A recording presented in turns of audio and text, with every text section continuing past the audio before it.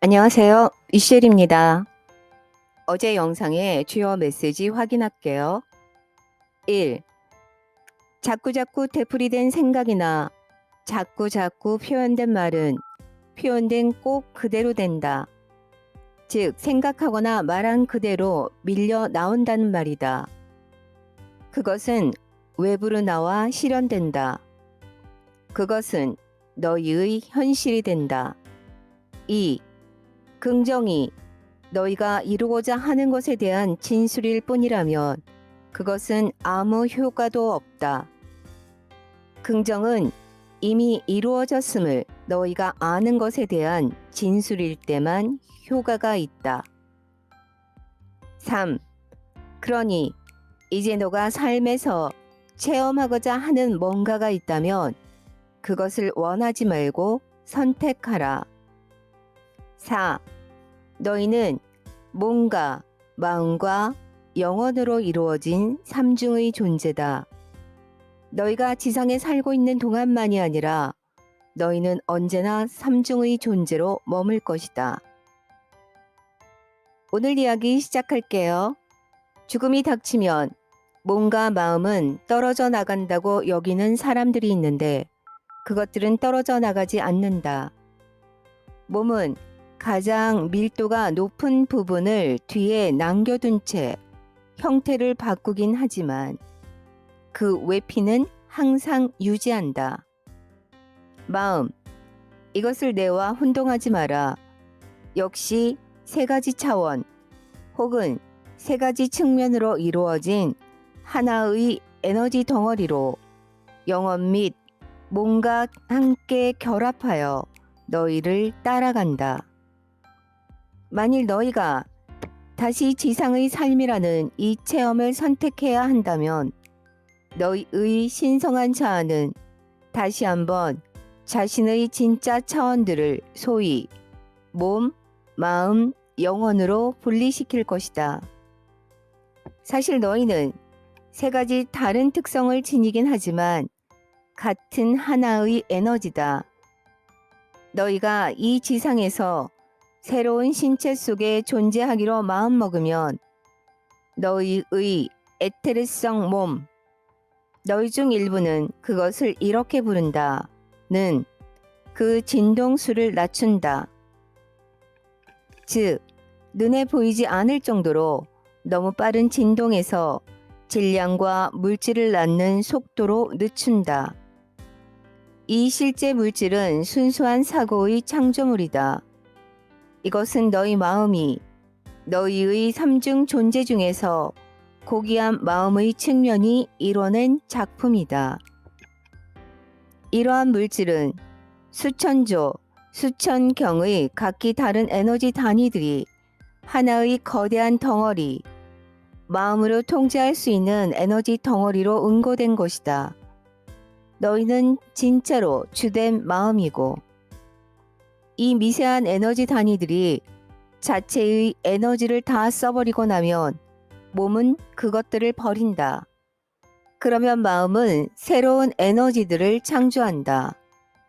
마음은 자신이 누구인지에 대한 끊임없는 생각 속에서 그것들을 창조한다. 말하자면 에테리성 몸이 그 생각을 포착해서 더 많은 에너지 단위들의 진동수를 낮추면 어떤 의미에서는 그 에너지 단위들을 결정화하면 그것들은 다시 물질이 된다. 너희라는 새로운 물질이. 이런 식으로 너희 몸의 모든 세포는 몇 년마다 한 번씩 바뀐다. 너는 문자 그대로 몇 년 전의 너와 똑같은 사람이 아니다. 만일 너희가 질병에 대해 생각한다면 혹은 계속 화내고 증오하고 부정적이라면 너희의 몸은 이런 생각들을 물질 형태로 전환시킬 것이다. 사람들은 이런 부정적이고 병적인 형태를 보고 무슨 일이야? What's the matter? 이 말을 직역하면 그 물질은 무엇인가가 된다 라고 물을 것이다. 그들은 그렇게 물어놓고도 자기네가 얼마나 정확한 질문을 던졌는지 깨닫지 못한다. 영어는 너희에 관한 진실을 간직한 채 이 모든 드라마가 펼쳐지는 걸 해마다, 달마다, 날마다, 순간마다 지켜본다.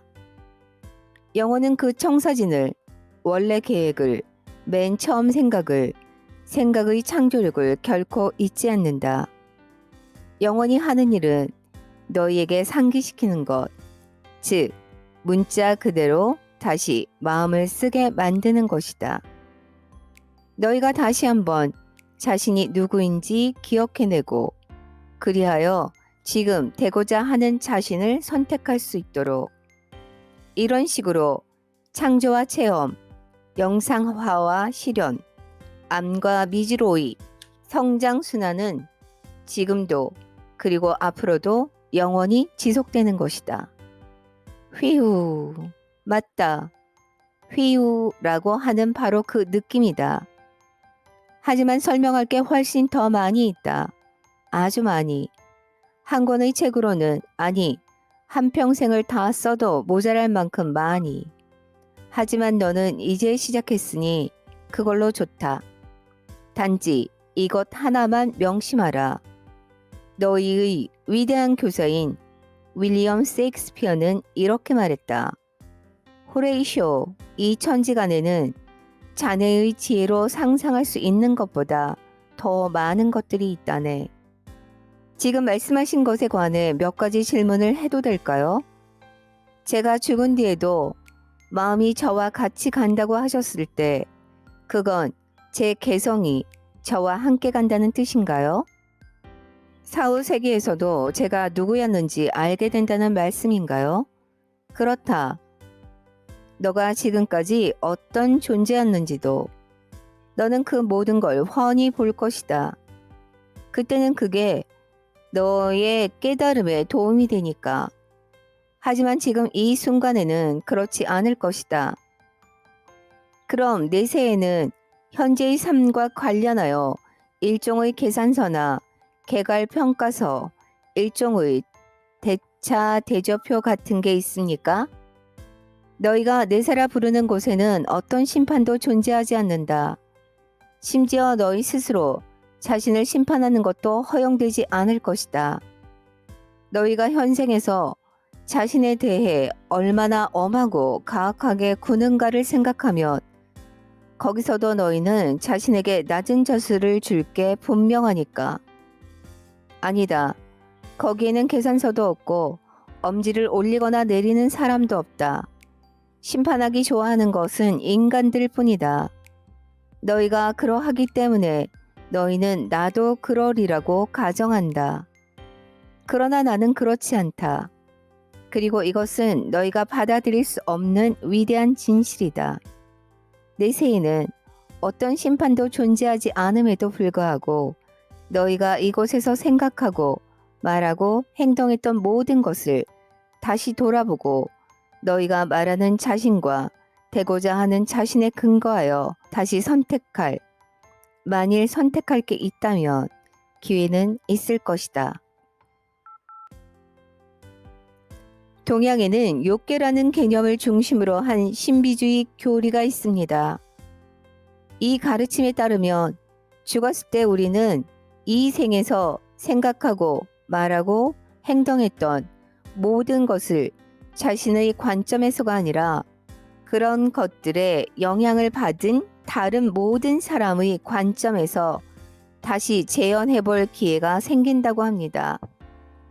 다시 말해, 우리는 현생에서 자신이 생각하고 말하고 행했다고 느낀 모든 걸 이미 체험했고, 이번에는 이 각각의 순간에 남들이 느꼈던 것을 느끼는 체험을 하게 된다는 거죠.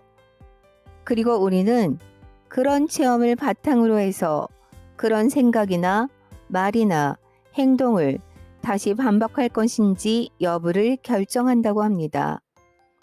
이런 가르침에 대해서는 어떻게 생각하십니까?